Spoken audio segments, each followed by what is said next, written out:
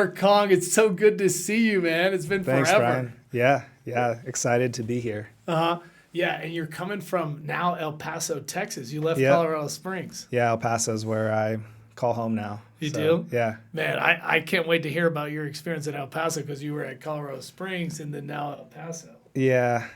Springs definitely has a beat in a lot of facets, but Hope El Paso, so. I have a soft spot for El Paso. No, without a doubt. Well, I'm glad you're back here in Colorado Springs because we're going to talk about something special.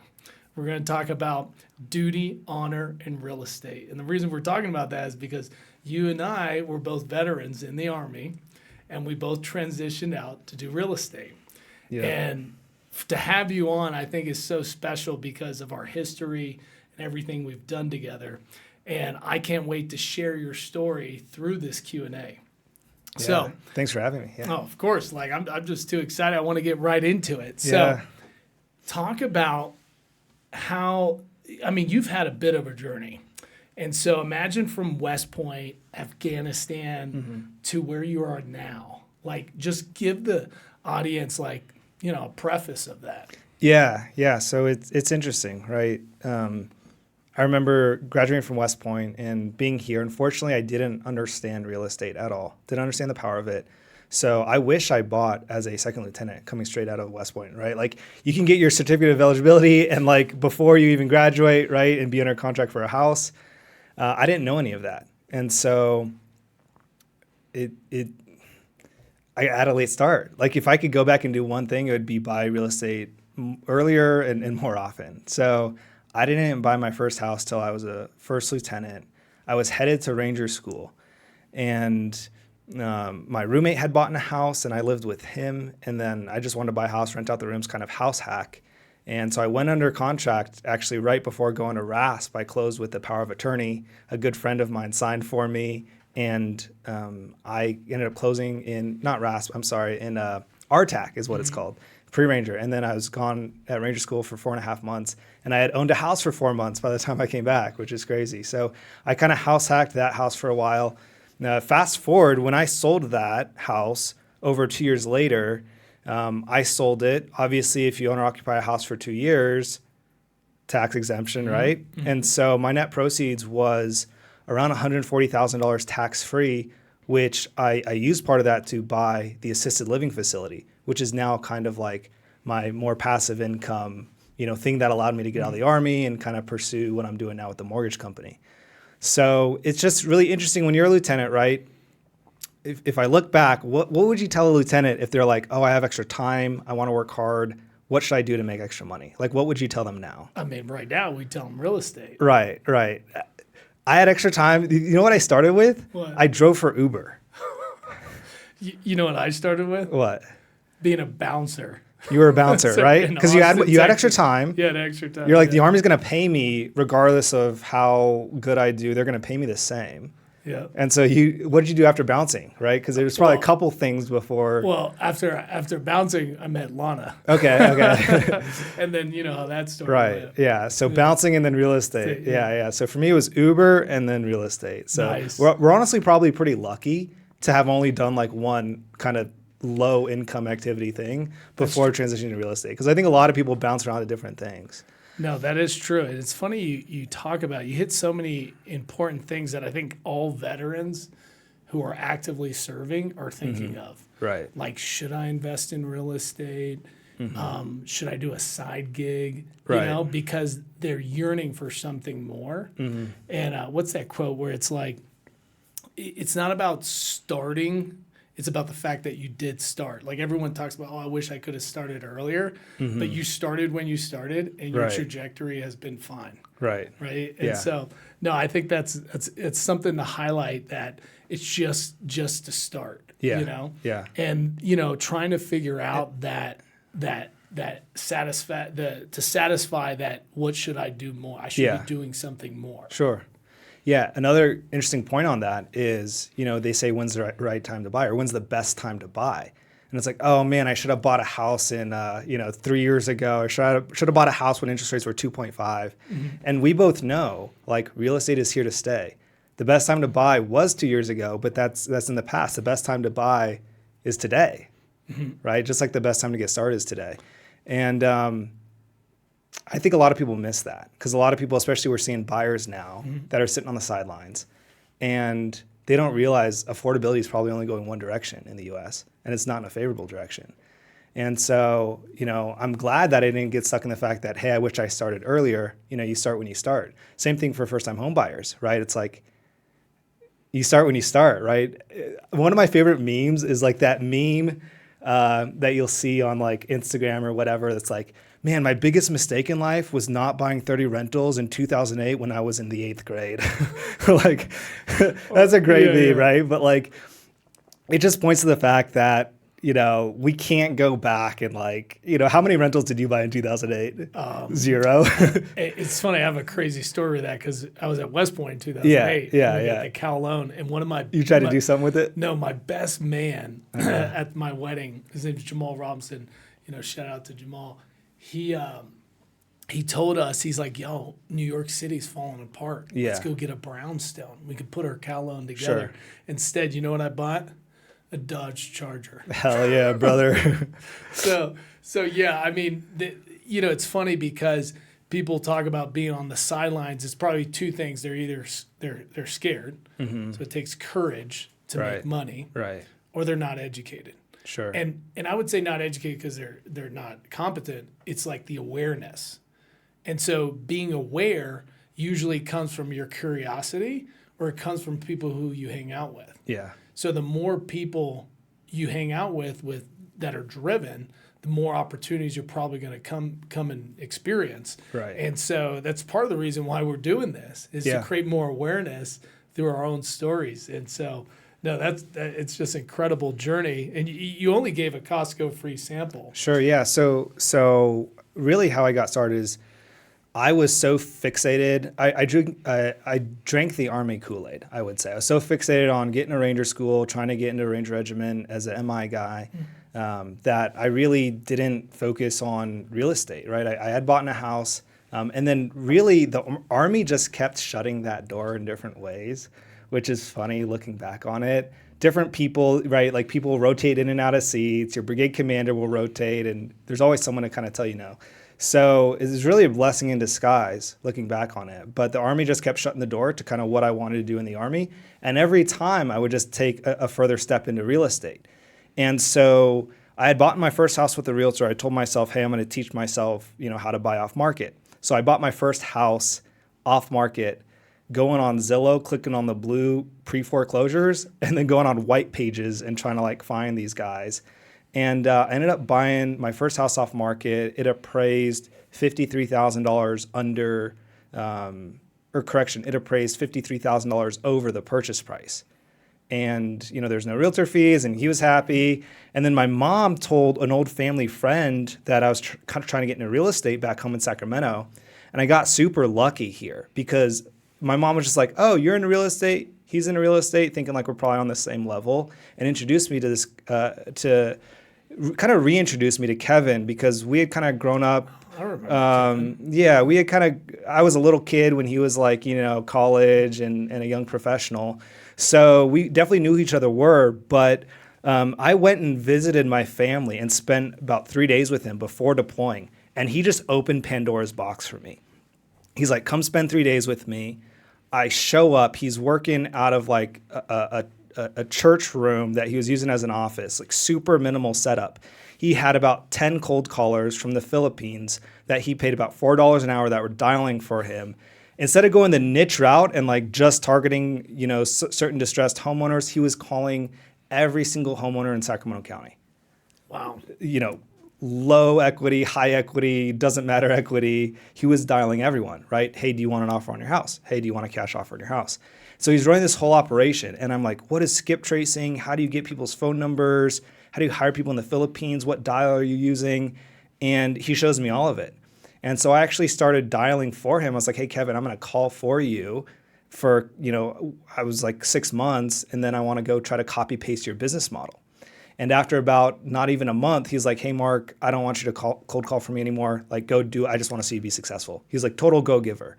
And so, I got signed up with IDI core, skip trace, skip tracing sellers. I kind of tried to find my own niches because I didn't have the budget to dial every homeowner in El Paso County, and started dialing myself and hired just 2 VAs that were from the Philippines as well, and started calling. And I actually kind of did that all while in Afghanistan, a little bit of it, right? Just a little bit. And I closed my first off-market deal actually using a pipeline and skip trace data 22 days after getting back from Afghanistan. And you were actually a big part of that transaction too. So pretty crazy. So 22 days from Afghanistan, right? I had my hot leads to follow up with when I got back from Afghanistan that you kind of have to close in person. And one of them accepted my offer for $100K.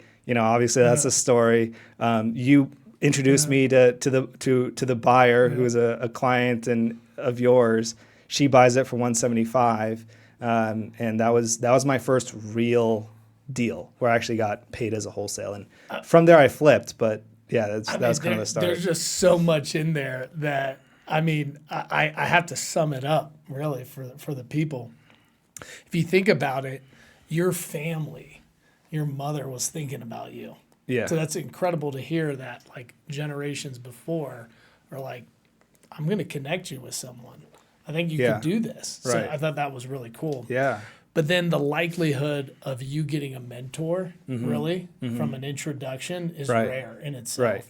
And on that note though, real quick, I always try to give Kevin so much credit, right? And every time I do, you know what he tells me? What? He says, when the student is ready, the teacher will appear. Oh, wow. And so every time I try to tell Kevin, hey, you changed my life. You showed me how to buy off market. He's like, hey, when the student's ready, the teacher will appear, right? When someone, and I truly believe that, right? There's been people that have come to me for advice on buying off market.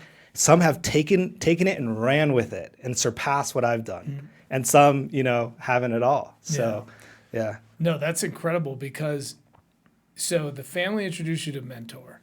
The mentor is telling you when the student is ready. And you were ready because you were what? Willing to take action. And one, he kind of pushed you because he was like, hey, I'm not going to teach you no more. I want you to be successful. And so you took it. And look, 22 days after you get back from war, you close on an incredible deal. And yes, from my understanding, that was the first deal you and I have been together. And the first deal I thought you did. And it was incredible because I think the payout was, 75 G's? Yeah. So before tax, but it was still amazing. Right. But that was incredible just to show how a family leads to a mentor leads to action leads to now building a bigger network. Right. Which is incredible because what I think really in that first deal shows like you took action and like I was saying before, you have to have courage to take action. There's a lot of risk. There's a lot of unknowns that you don't know. So when veterans are transitioning from civilian life, and in this case, it was your first deal, but eventually you came to your civilian life. What are some of your experiences with this, and how did real estate help in that transition? Because transitioning is scary. But I imagine as you complement your experience with real estate while you were in preparation to leave, it had to help you, right, in transition. So right. Did real estate help you? How did it help you? What are some experiences that helped you in the VA transition? Yeah. So I think 2 important things with transitioning are financial stability, and probably more important than financial stability is something that you're excited to wake up for. Especially as veterans, right? I remember sharing with you some things getting back from Afghanistan and you sharing with me, hey, Mark, when I got back from my deployment, I didn't get out of bed for damn near a month. Yeah. And so I think, financial stability is huge, but also just having something to wake up for and feeling that drive, right? That drive that we felt as cadets, that drive that we felt as junior officers that typically wears out for we see wear out for a lot of field grades and beyond, right? I was a field grade. It definitely wore out for me, right? Once I pinned captain and you're turning slides from red to green and just kind of going through the motions. So, without what I'd done in real estate, I don't think I would have had the financial stability to get out. I think I would have been kind of a caged animal in that sense.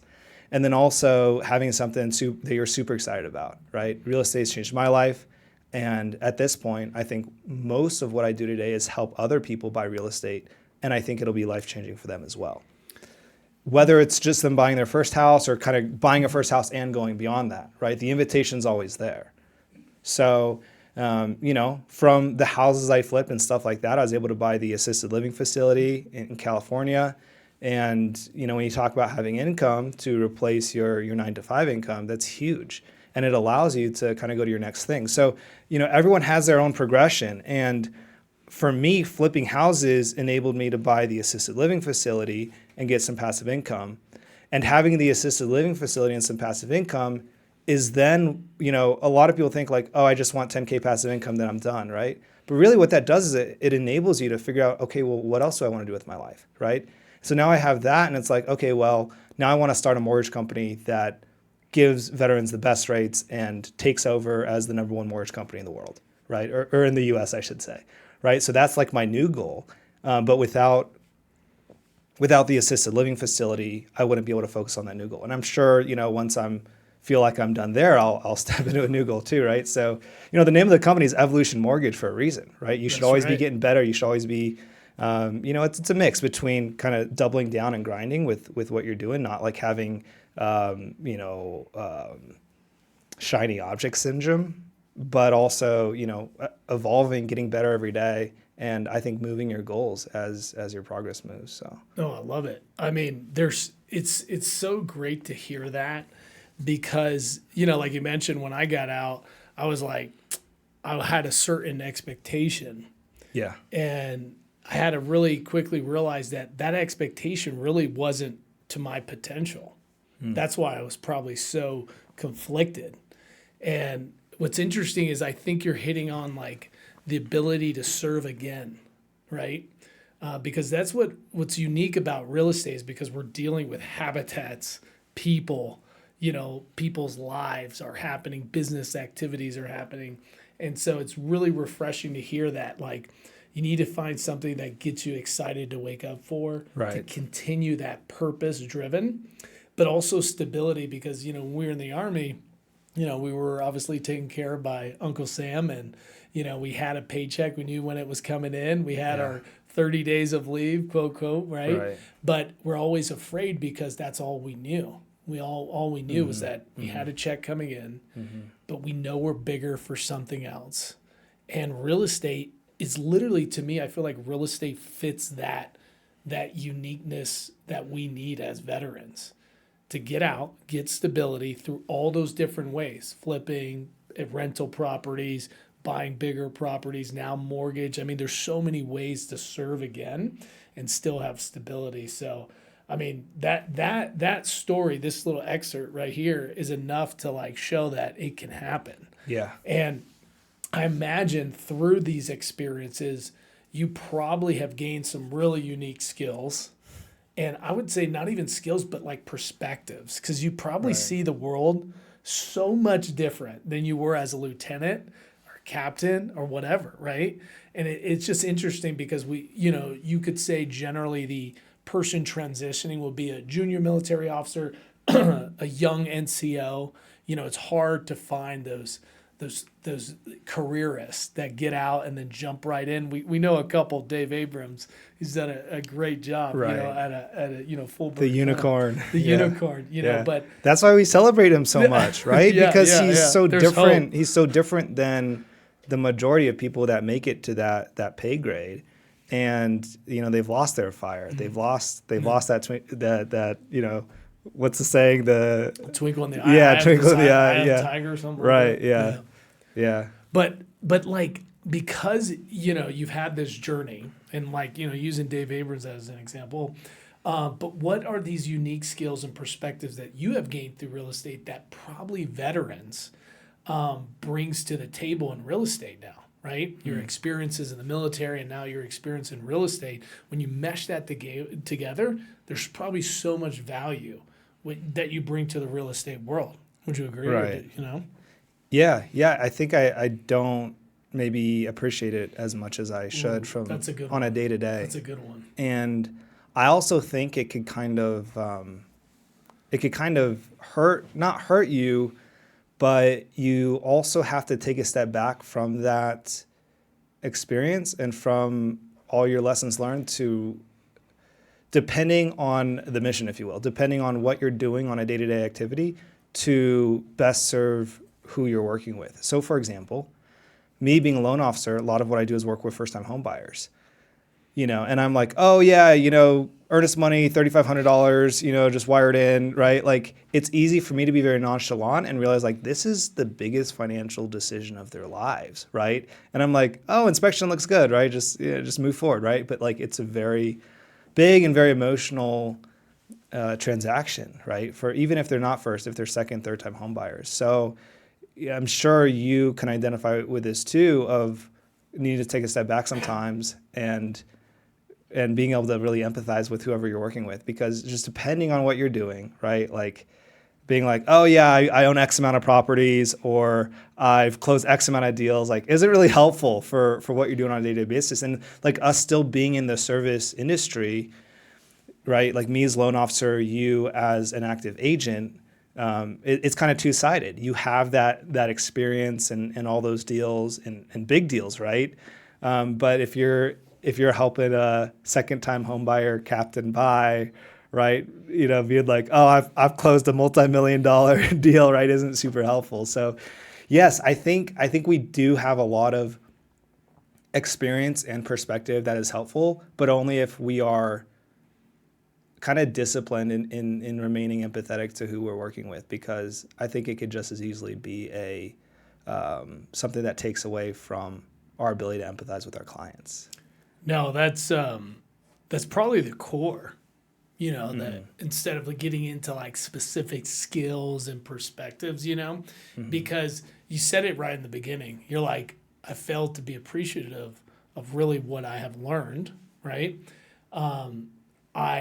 If you're able to essentially do like an AAR, action Sure. after review, right, Yeah. of the situation, because you got to apply what you know to whatever you're doing in real estate, in your case, lending. But at the end of the day, it goes back to being empathetic, really getting down to human dignity, I think. Because when we're officers or NCOs, you're a leader. Who are you empathizing with? Your soldiers, Right. your superiors, your peers, your subordinates, all that. You're empathizing with each other, because at the end of the day, the decisions you make are going to affect their lives. Like you were saying, first time home buyer, huge financial, risk. Yeah. And it's crazy because the military throws so many experiences at you in such a short time. You begin to forget, like, well, this is serious stuff. And then if you fail to transition into the civilian world and think about, like, oh, this is serious stuff. Yes, you jumped out of planes. Yes, you're a Ranger. But you got to go into their foxhole. And no, I think you hit it on the head of just how important, like, to appreciate what you learned in the Army, put that overlay over the situation, and then really empathize, because, human dignity is so important. Now, enough about all that. Let's get into the trenches, right? And the trenches is because it looks like you started flipping, and that flipping gave you the assisted living, and then now you're a mortgage officer. But share us, because I'm sure people listening want to hear, what was the most challenging home flipping experiences, or what was one and how you overcame it? Because I imagine it was very memorable, and it was something that led to success. Yeah. So I really was lucky to have never lost money flipping a home. Ooh, So that's a fact. Never lost money. So I also passed on a lot of deals. I only bought deals that were directly off market, from direct to seller, right? If someone brings me a quote unquote deal, and all I have to ask to see if it's potentially a deal or not are, how'd you get the deal? Oh, you got it from an investor friendly agent. Oh, you got it from a wholesaler, right? And I'm talking off market, right? There's plenty of great on market stuff, right? Like you could crush it buying, on market. But I'm talking about off market, I'm trying to get a deal. I once had someone who brought me a deal to analyze, and it was through a New Western person who got it from an agent from, I think there was 2 agents involved. It was like daisy chained like multiple times. And I'm like, oh my gosh, like everyone's getting their share of the meat on the bone and you don't have a deal, unfortunately. Yeah. The biggest unfortunate part is that he closed it and didn't work out well. But fortunately, I bought very, very conservatively. And I always made sure I was buying off market at a discount. So when you have that, you could run into a 30K hiccup, It's 30K so good. surprise, and you're like, oh shoot, I'm making 20K now instead of 50K. Darn, right? And so if you're going to be a newbie and learn, the best way to learn is with the smoking hot deal, because you can mess up the rehab, you could kind of mess up your listing a little bit, and you can make multiple mistakes and you have that buffer. If you buy your first flip house off the MLS and you make a lot of mistakes, that's probably the last house you're going to flip, because you're going to freak out. Yes. Your spouse is going to be like, oh my gosh, I can't believe I let you do that. It's just not going to work out well for you. So luckily, I didn't have a big kind of hurdle to overcome flipping. I would say the assisted living facility the assisted living facility had way more difficulties than I was expecting. Running any business that's 24-hour operations is super intense. I mean, you got to think, like, even a daycare, right? Like, kids go home and what happens in assisted living facility if like nighttime caregiver doesn't show up and now your operator's pulling like 24-hour shift? It's insane, right? Now with assisted living facility, yes, clients are willing to pay $5,000 to $10,000 per month, and so your revenue can be very high. But running 24-hour operation facility is super intense.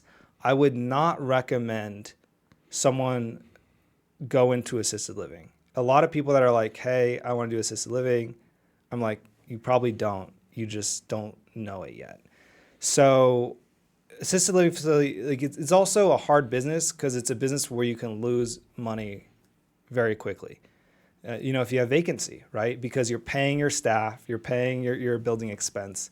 And, if you have 3 residents move out and you have a small facility that's huge, that can cut your income in half. So that was really rough. To do something like that, I would say, if I had to give someone advice on assisted living, I'd say buy a facility that's already running, where you don't have to rebrand, remodel, and then try to build a business from scratch, because during that whole time, licensing, et cetera, you're bleeding cash. Secondly, I would say if you can stay away from anything that's 24-hour, right, definitely do so. And then thirdly, if you want to do it, if you want to do assisted living, you're like, no, it's a challenge. I love it. 24-hour ops, and it is very rewarding financially too. It can be.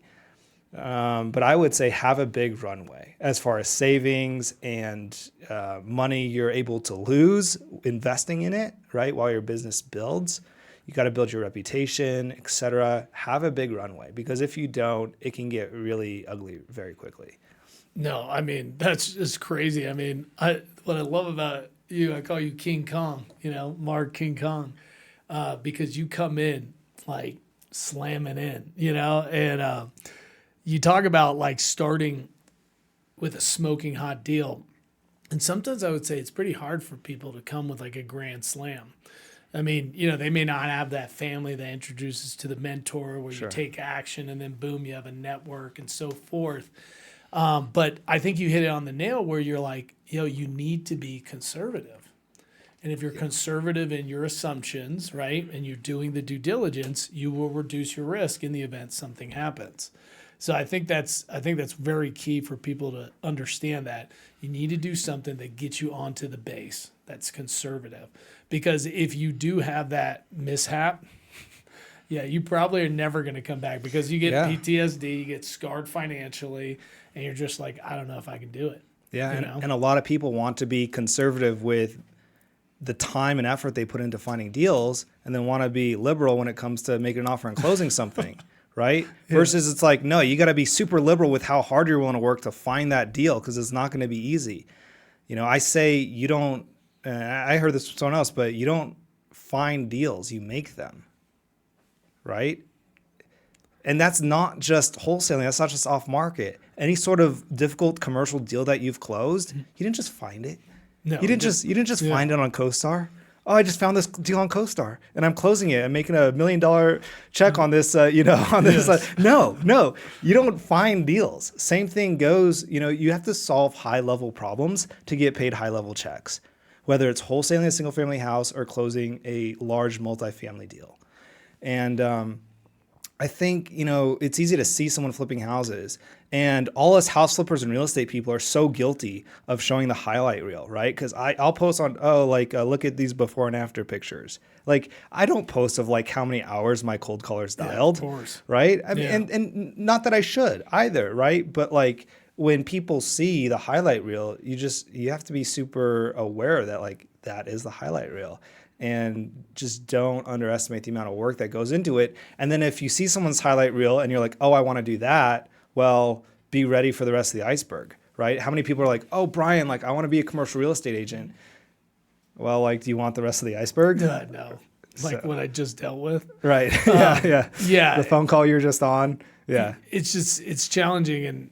And you bring up another point where we talked about due diligence. There's pre-due diligence, there's due diligence in the deal, and there's due diligence even after. It's this ongoing, investment that may never pay out, and you got to constantly reduce risk. And I bought this T-shirt. I had this shirt that says double D's, like the due diligence, and it's so important that people that people focus on due diligence before, during, and after, because it's only going to prep them for a big deal like you had with your assisted living. Because of your experiences from the military to your beginning in flipping in real estate to getting to your assisted living, you were given, I mean, not given, but you went to chase those experiences so you can prepare for assisted living. And I want people to realize that, yes, you're saying like, hey, be wary, right? High risk, high reward. But when you get into an operation like assisted living, be ready to tap into what you learned. I mean, you're talking about 24-hour operations. You're talking about succession of command, right? Someone doesn't make it to the night shift, who's in charge, and mitigating your risk. I imagine there's insurance. There's so many factors that go into that deal. But isn't there so many factors in an op order going into a mission, right? Yeah. And so I definitely, want people to be like King Kong. But remember, King Kong says, be conservative, be prepared to do the due diligence, and don't have these like false expectations that you think it's going to be that easy, So, Yeah. I mean, that's incredible. I think that's what I'm from what I heard in the sidelines when I was watching you do that. I was thinking that whole thing. I was like, man, that's serious. But so that was the flipping side, right? And then you got the assisted living. But what I've noticed about you is like you keep tapping into what you were talking about before. Is like you're not satisfied. There's another purpose to keep driven, because I would imagine it was very self-focusing, right, on flipping, because you're like, I'm going to buy this, I'm going to get this. But now you're a loan officer. So now you have to help people, especially nowadays in the market we're in, the way the interest rates are, the way the economy supposedly is, right? I imagine now you're focused on everyone, It's now, how do I educate? How do I empower? How do I get them to closing? So given your loan officer experiences, what are some key advice you would give someone trying to secure their first deal? Yeah. From the loan side, right? Yeah. So transitioning to the lending side was like an interesting decision, because like a lot of people ask me like why I chose. A lot of people are like, why'd you take a step back? Why did you like leave? why like why'd you go from flipping and like all this stuff to like being a loan officer, starting a mortgage company? And it's interesting because like you've ran into this being a real estate agent. It's like, okay, well now how do I build a business? Right. Sure. And like for you to build a business, right? I need to hire agents. I need to build a brand. I need to, like the office and physical space we're in right now is something so unique that, I mean, what percentage of agents have an office like this, right? Like not even 1%. But that's what you had to do to build and expand the business. So like when I was flipping houses, it's like, do I really have a product or service that's best for anyone in the world, or anyone in the country, I should say? Do I really have a product or service that is best out there, right? If it's your brother buying somewhere or my brother buying in California, do I have a product or service that they would be dumb not to use it because it's that good? And when I was flipping houses, I didn't really have that. I couldn't be like, hey, if your grandma passed away and your mom's trying to sell their house in Colorado Springs, they need to sell it to me. I'm going to give you the highest cash offer. I'll give you a good offer. I'll give you a good offer. I'll close in 7 days. But like, am I really the best offer for you? Debatable. It depends on the problems you have, right? So I realized after being a realtor for a while, after getting my loan officer license, now I originally got my loan officer license because I just wanted to hack the Burr method. Yeah. And I'm like, I just want to see behind the curtain in lending, right? I just want to see behind the curtain. And then once I saw that behind the curtain, I was like, hey, like I can actually build a business where I can get super, super, super competitive rates to people in a way that most companies can't. And so when I realized if I go build it right, it's like if you build it and they will come, right? Like the baseball stadium thing. And so my goal then became to build a business where it was so good that the only reason someone doesn't use a company is because they don't know about them. And so that's what Jordan and I have been trying to build. And, we're only 4 months live now, but the goal is, take over Veterans United, right? Because Veterans United does more VA loans than any other company in the country. Yep. And when we compete with them, let's just say we are very excited to compete with them on any given day because, in my opinion, I don't think they serve veterans very well. And so that's kind of like why I decided to get into lending. And then, the day-to-day is right, just serving clients because I still originate. I'm not just the owner of the company. I'm broker owner and, still originate. So, day-to-day is just helping clients, get pre-approved, get under contract. So, right now it's doing both, right? Business ownership stuff, expanding, getting licensed in more states. Right now we're only licensed in 8 states, but trying to expand. And then on the day-to-day, always answer your phone, right? So right now, on the podcast, my phone's on silent. And I'm like, oh gosh, I'm going to have to get back to the phones right after this. So. No, I love this because here is where we start getting into like expertise, like true professionalism. Right. Because if you think about it, you started in your background in the Army and then the transition into real estate and then the transition from flipping to now lending or, investor. Yeah. There's so many things you're able to advise clients now, right. From like you just talked about, how do you scale a business? Mm-hmm. Well, you're going to tell those borrowers, how do you scale being a homeowner, right? Because you're able to relate to them and be empathetic like we talked about. And I love that. We talked about the brand, it's so funny. You're like, you want to go head to head with VU and you're right, like Grant Cardone says, he always like, you hate me, but now you know me. And it's like, you got to keep showing up. But when you show up, you start thinking like, no, I can offer a better service. Mm-hmm. The product's the same, right? Right. It's a commodity. Yeah. But I can present that commodity more effectively. I can nurture the consumer who's going to, experience that commodity. And so, no, it's just so incredible just to hear this because, again, like we are here to tell veterans that they have the tools, the experiences to apply it and create not only an investing portfolio, but now a business. Right. And right. I would imagine your experience as an investor, it's probably helped you as a loan officer, because now you're able to reverse engineer, like, is this a good deal or not? Listen, you're probably not going to get the return you want because of X, Y, and Z, and this is your holding costs and closing costs. You're able to like really illustrate that. Like, what do you think about that, especially now? I would agree. I would say, if a 1031 exchange is involved in a transaction, it's like, yep, done that. If, helped a client out who was buying his fifth property, and most of them were all multifamily, and really, it really matters how you file your tax returns. It really matters how your leases look, right? It matters if you're going to try to do short-term rentals, Airbnb, how are you capturing that income, right? Your loan officer is going to hate your CPA is going to hate your loan officer, right? Because one's trying to write off the most and one's trying to find as much income as possible. So it's very delicate. And, probably the best service I offer is actually not closing any single loan, but someone coming to me 2 years out from wanting to buy a property and say, hey, how should I file my taxes next year and the year after? And I'll say, talk to your CPA, but from a showing income standpoint, here's the debt to income ratio, here's what you're going to have to buy this type of property. And what a lot of veterans don't realize is, especially veterans in real estate like us, VA loan is the trump card.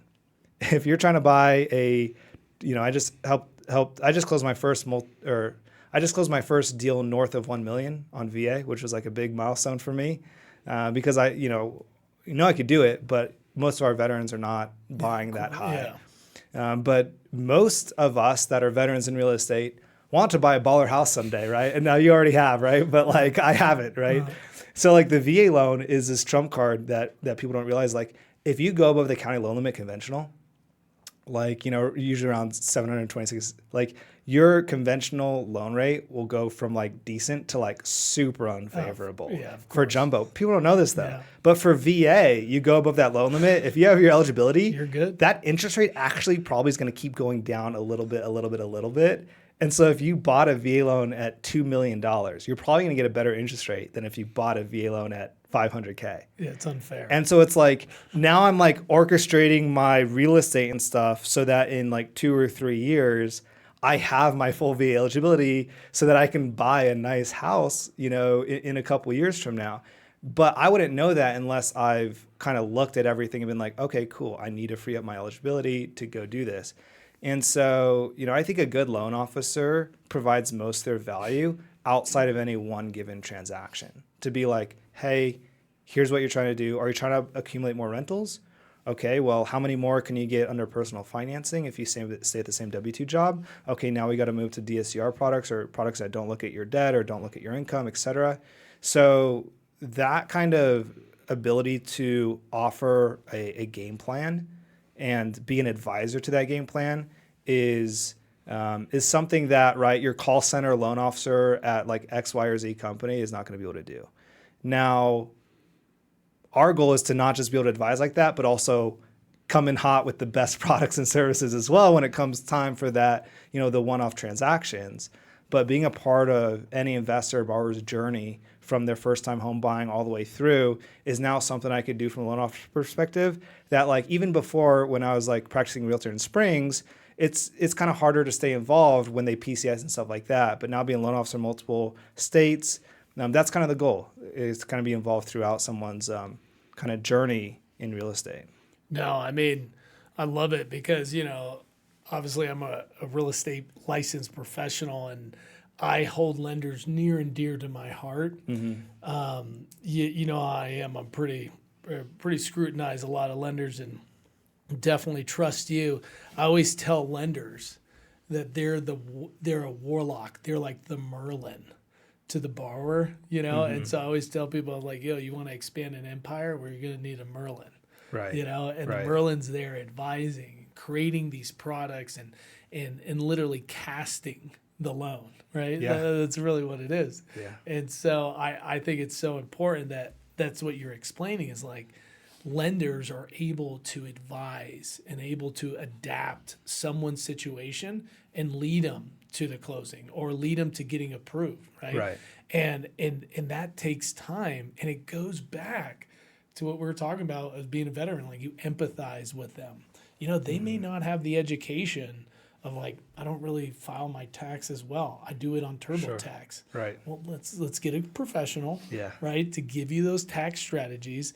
And I love how you were saying is like you're able to like allocate the right resources and you build a trusted network. And it's so funny. I always tell real estate professionals like you don't have to be an expert in everything, but you definitely should know like 100. There was a perspective at school. They used to say like the education is a mile long and only a football field deep. because that's why there's a tax accountant. That's why there's an insurance agent. Right. You know, let them go deep with the borrower, but you should have the ability to touch every surface as a professional, so you can guide them the right way. So I think that's incredible experience and incredible advice for veterans. Now, speaking about more advice, right? So from your perspective, given everything we've talked about, why should veterans consider real estate? And don't be, it's okay to be biased. No, I won't necessarily be as biased as I am. I hope this doesn't come across as condescending, but like, if you're in the military, and I say this as a veteran myself, you're probably not like inventing the next electric car, right? Like, we are not that smart, Brian. Like, we're not. Like, Understood. Agree or disagree? Agree, acknowledge. Like, I'm not going to go invent something that's like, you know, There's been some rocket there's surgery. been some. Like, no, 100%, Yeah. 100%. So hear me out. If that's you and you want to go change like life-changing tech, Do it. go do it. And like, you're blowing me out of the water, right? Like, you sell your tech company at like a 10x, whatever it's called. Like, Congrats. yeah, but like, at least I felt this way as a veteran. I am not that smart. Even when I was a young lieutenant, I decided, okay, you have extra money coming in as a lieutenant, right? What do? Do I want to, and I don't want to just, I'm already maxing out my Roth IRA and Roth TSP. What do I do with my extra money? Okay. We all were probably there at one point. And it's like, okay, I'm maxing out my Roth IRA, Roth TSP, which is what my econ professor said to do. And now I have extra money. What should I do? Should I day trade stocks or should I do real estate? Right? Like, that was my fork in the road. And I was like, I was management major. I went to Wall Street. I saw computers trading at the speed of light. I am not smart enough to day trade stocks. Now, if I really dedicated myself to it, maybe I'd be 10 times like more well off now. But I chose real estate because it's like, man, I'm not that bright. Like, I'm smartish, but I'm not like inventing anything crazy. Like, that's not me. So again, maybe limiting belief, but that's one reason to do real estate is like, hey, I can go work hard, be a problem solver, because real estate, you know, where there's people, there's problems, and there's real problems that need to be solved. So you can work hard, you can be a problem solver, you need a lot of things to be a good real estate professional. Again, work hard, you need to be a problem solver, you need to be able to empathize with people, you have to be good interrelationally. You have to be able to, you know, set your pride aside a lot for different transactions and things, right? Yeah. So you need to bring a lot to the table. And I think that lines up very well with military personnel who are able to kind of get over their own fear, help other people get over fear. A lot of being a loan officer and a realtor is that leadership through the transaction of like, hey, that's actually not an insane offer. That's actually fair, right? Even though you thought, hey, there's 5 other offers, so obviously it's not crazy, right? So bringing all those skills to bear, I think real estate lines up very well with the same skill set that the military recruits for and looks for. And it's not like necessarily that guy with like the perfect SAT score that's like going to get technical. His post-grad doctorate and like creating the next vaccine, which is freaking amazing and awesome. But that just wasn't my skill set, wasn't your skill set. But we're able to find like our competencies and it matches well with real estate. And so for other veterans, I would say, why get into real estate? Well, don't just get into real estate. Like, do a self-assessment. And if your skill set is separate, if your skill set is like you really like being an engineer and like doing the, you know, the as X approaches infinity calculus and like building the bridge and stuff, do that, you know, and build real estate into that, you know, buying houses, creating wealth over time. But don't necessarily like jump into like becoming an agent or becoming a loan officer or starting, you know, a real estate company or flip houses, right? These are all like separate from just, I shouldn't say just, but of like buying houses more passively. So I think everyone, veteran or not, should use real estate to accumulate generational wealth through buying houses, etc., first house rental, etc. And that's separate. I see that very separate from entering a profession in real estate, like being an agent, being a loan officer, etc. So again, to summarize, I think everyone should buy real estate and invest in real estate over time. But as a veteran, do a self-assessment, And if you think your skill set matches it and real estate energizes you, then jump in. It's a great profession. It keeps you on your toes. It helps you build a lot of meaningful relationships, and you could also make some really good money, which is a big part of it too.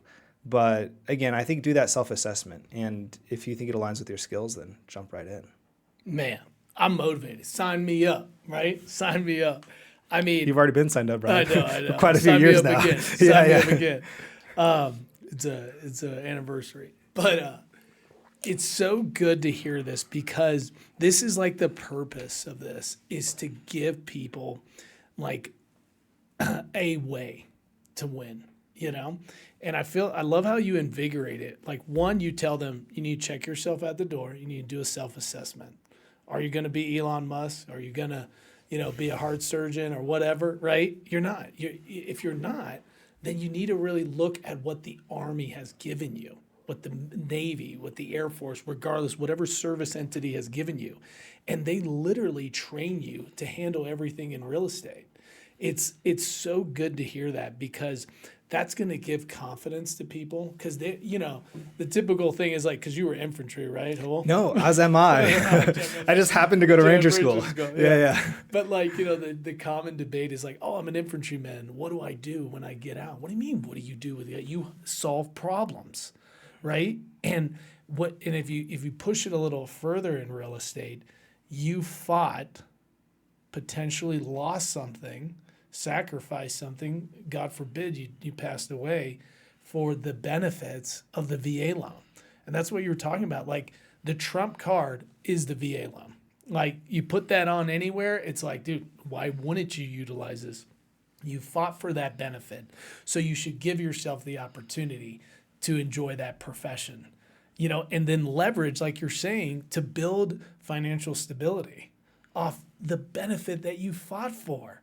Like, it blows my mind. And sometimes I feel that the government doesn't want the veterans to really know the power of the VA loan, the GI Bill, whatever disability, all these benefits that we fight for.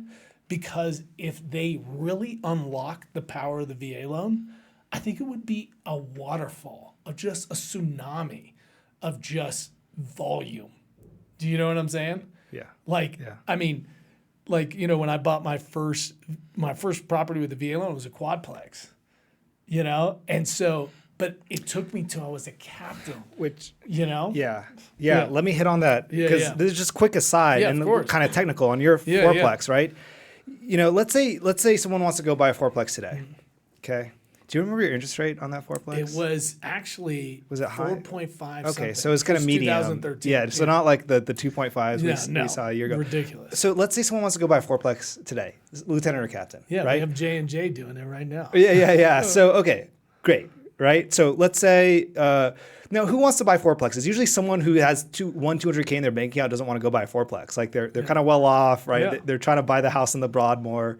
Like, the people buying fourplexes are people who want to hustle, want to house hack, and want to sacrifice their lifestyle a little bit to build some wealth. And so usually people that want to buy fourplex, threeplex don't want to put down, or can't, even if they wanted to put down 10, 15, 20%, can't. All right, so let's say you want to go buy a fourplex today, okay? Now, what do you have? Conventional, VA, FHA. Okay, cool. Conventional, well, guess what? Minimum down payment goes to 15%, not 5% when you get into multifamily. All right, cool. Want to buy a fourplex? You need to put 15% down. Who has $150K to bring to the closing table? Cash, on top of reserves. All right, so conventional is out. Now, FHA. FHA for threeplex, fourplex used to be great when interest rates were 2.5. Now they have to pass a self-sufficiency test. And so now that they have to pass the self-sufficiency test, pretty much no one could buy pretty much almost all for fourplexes. Ask your loan officer about it. If say, hey, here's the rents, here's the purchase price with the interest rates, does this pass the self-sufficiency test? Almost all the time, now that interest rates are high, none of them are passing the self-sufficiency test. So who are the only buyers who can buy with 0 to 5% down for threeplex and fourplex? Conventional? No. Like, let's say I have a cousin who didn't serve and he wants to buy a fourplex. Where's your 15%? Because you can't do 3.5% FHA. So you may not have, you probably thought of this because you deal with this day to day, but if someone wants to buy a threeplex or fourplex, or even on the listing side, if you have a good threeplex or fourplex listing, what type of buyer do you want? that better be a VA buyer. If I was a listing agent and I had a 3-plex or 4-plex, I would pretty much damn near just look for VA offers because 0% down, very favorable, doesn't have to pass a self-sufficiency test, and lowest interest rates. And oh, by the way, the VA loan is the only loan that doesn't have a hard and fast debt to income ratio. So, we've all closed loans where 70, 80% debt to income because the VA loan is that forgiving with the right guidelines. So just to highlight, I just want to do a quick technical aside to show the power of the VA loan because a lot of people don't think about the technicalities behind it. So if someone wanted to rinse and repeat what you did and buy that 4-plex, VA loan is pretty much their only option right now. Oh, no, you killed it because that was actually one of the things I wanted to ask is what do you do what would you tell to a veteran on their first investment? And boom, you just gave an incredible example. And really you're saying, dude, the loan terms for a VA is almost unbeatable, especially if it's your first deal. It is unbeatable, period. And what's also is that it's also owner occupied. So meaning you can live in one and you can rent the others, obviously if it supports the debt service, but you are not paying the open market rent.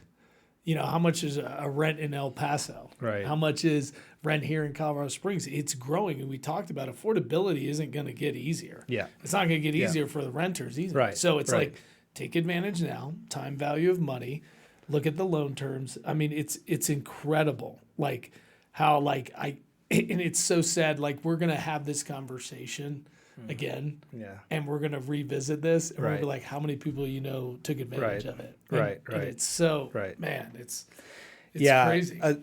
Something as if any realtors or loan officers are watching, right? Like if you have a buyer that has cold feet, one thing to just ask them to look at is, cool, okay, America, affordability is less than it was in COVID, right? Low interest rates, and people are like, oh, it's so unaffordable.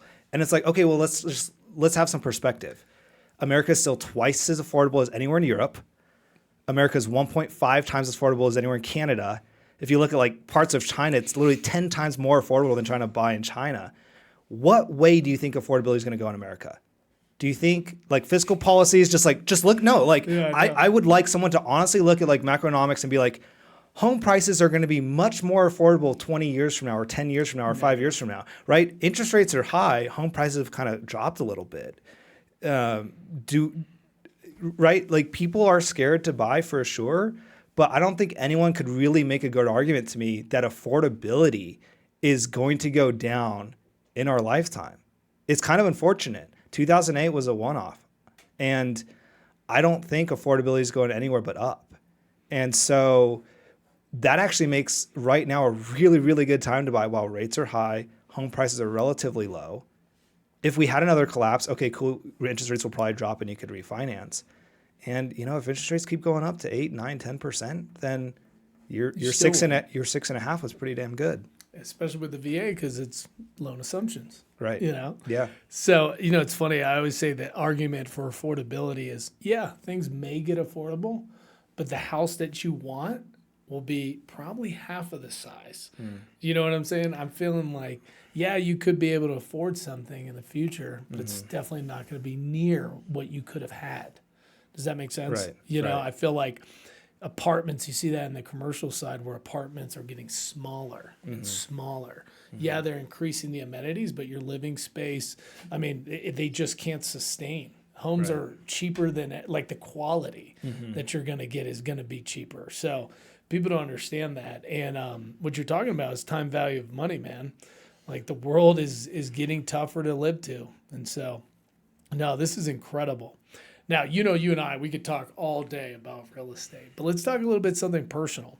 Because beyond this work that you and I do within the real estate built environment, what are some passions or hobbies you do in your spare time that are maybe help facilitating your drive in real estate or just things that help you kind of take a tactical pause, right? Anything like that? Yeah, I think there's certain activities that are just kind of cathartic that, kind of just re-energize you. I'm a very competitive person, so anything sports related. I love basketball, frisbee. Yeah. I also like capturing things, whether it's moments, videos, making reels and photography, things like that. So yeah, those are a couple of them. I don't have too much time for hobbies as much as I'd like. No, we don't. But yeah, I try to stay, get in the gym and do stuff like that. I don't know if we've talked about, but I got medically discharged for a odd autoimmune issue called cholinergic urticaria, which essentially anytime I work out, I get super itchy. So it's made like running and things like that super, super tough, but I try to still get out there and run and work out because, perform better in every aspect of life. So yeah, those are some of my hobbies. No, that's good. I love how you talk about capturing the moment and staying healthy. Because I'll tell you this, man, weak mind, weak body. So, given everything, what's the one thing you know about real estate now that you wish you knew before? So basically just telling that young veteran, what's the one thing, And that's something that maybe comes to mind. Without a doubt, do this. Sure. I would say just buy early and buy often. And real estate will be a make your own adventure. If you want to slowly accumulate rentals over time, right? You can do that. And it's great, right? I have a friend, Paul, who bought 1 to 2 at each duty station. Now as a captain, he has 6 properties, right? But you look at most 30-year-olds, right? He's crushing it. No, seriously. He is. And most of them are multifamily, or a couple of them are multifamily, right? Course. And then, I have friends like Adonis who didn't flip, didn't really buy off market, but were just super, super aggressive on buying more and more multifamily. And it wasn't one every duty station. It was multiple every duty station. And you got to help him out with one of those transactions, which was legit. But he's surpassed 40 units now. And he's an active duty captain, right? So I would say buy early and buy often. And when I say adventures make your own adventure, I mean, whether you want to buy a house every other duty station or go ham on buying off market, on flipping, you can do it within real estate. And so, yeah, I would say don't be afraid to buy, do your due diligence, find the right people, find the right players to work with, realtors, loan officers, et cetera, and keep buying. Oh, I love it.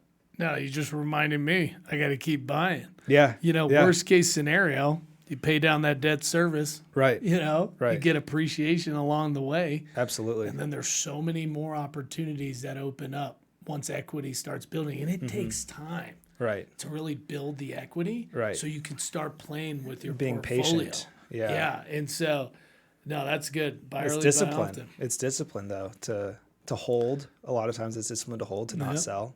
Yeah. No, without doubt. Now, here's some fun questions. If you could have dinner with a historical figure, who would it be and why?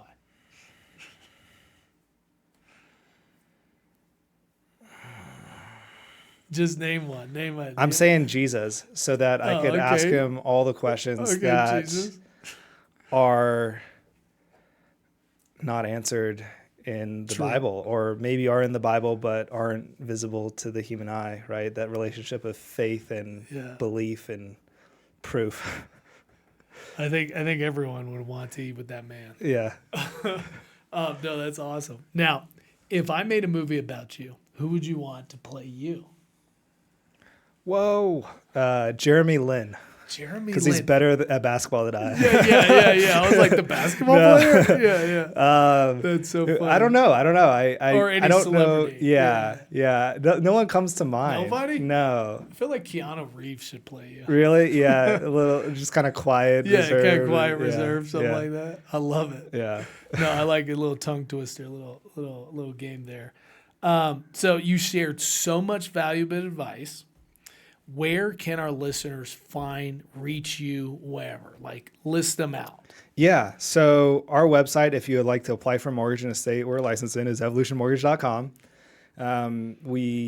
We've built our company in a way to where we want to try to get the most competitive products to our clients. We're toying out with our compliance attorneys right now if we can do like a best rate guaranteed program where we literally stand behind it in like a monetary sense, which there's a lot of compliance that goes into that. It could be a marketing like violation to just be like, oh, I have the best rates, and you can't stand behind it. So like lenders can't just throw up a Facebook ad that's like, I have the best rates. That's a trigger term, right? So there's a lot of like compliance that goes into that, but we're looking to do that. So evolutionmortgage.com, check out our licensing. We may not be licensed in your state. On Instagram, your next loan is my tag. Yep. Your next loan with underscores in between the words. And then on Facebook, just find me, Mark Kong. I'm nowhere near my friend limit, so just go ahead and send me a friend request. So, after this show, you will be. Okay.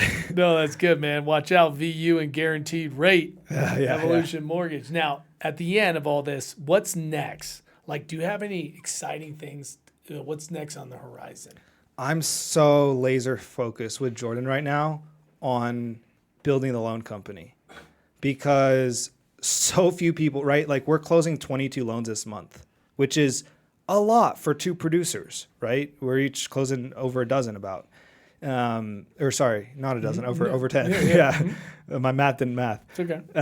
So, but in reality, that's such a tiny population, right? And we really believe based off where our rates are and where other people's rates are, like anyone who's not using us is probably getting disservice, probably getting a worse rate. So it's like, okay, well now how do we go hire loan officers? Well, the loan officers maybe having to be willing to take a little bit lower comp than they were making at, X, Y, or Z company, but, access to better rates and stuff like that. So Jordan and I are now looking like, okay, how do we bring on people that share our same values? And because Jordan and I can't serve a lot of clients ourselves, like we're probably maxed out at him serving 20, me doing 20 a month. That's 40. But like, that's like, we believe we could expand the company to serve, not only 8 states, get up to 15 plus states. And then also, right, our main clients are real estate agents, and being able to support agents with buyers who are willing to get off the sidelines, right? A lot of agents, their preferred lender has X, Y, or Z rate. A lot of agents, their preferred lender doesn't even have a par rate. Like they need to bake in a point or point and a half to even get something on the rate sheet. And so, and then like, so we tell agents, well, let us get them a quote, and it's getting buyers off the sidelines to where agent wasn't going to close a deal, wasn't going to earn a commission. And now it's like, well, hey, we quoted them this rate. Now they're kind of wanting to go shop again because it wasn't a big jump, but it was enough to kind of reinvigorate them and have that little bit more confidence and go out and shop, because all our buyers are having second thoughts right now with where rates are. So we think by bringing our kind of competitive products and services to agents, mainly, we're going to help them close more deals. And so that's what we're trying to do. We're going to need to bring on more people to do that. And it's just so much work that the loan industry is the opposite of passive income, right? Yeah, so I did my flipping, got the passive income, and now it's like, all right, let's rock and roll. So that's what's next for me. I'm gonna really, me and Jordan both are gonna be super laser focused on it and see where we can go. No, I love it. And regardless, man, the equalizer, like you said, man, is really nurturing them, educating them on their options. Mm-hmm. We talked about it, just how to take advantage of a quadplex, right? So I'm more than confident that you're going to provide them an incredible option so they can make an informed decision. Yeah. That's what really matters, right. When you give them that confidence. So, no, this is incredible. Thank you so much for coming. Yeah. I can't wait to hear the feedback. Get this out there, get your story out there, because we have to keep inspiring veterans to take action in real estate. Yeah. Yeah. So, no, thank you. Thanks so much for having me. Yeah, no really doubt. appreciate No doubt. Yeah.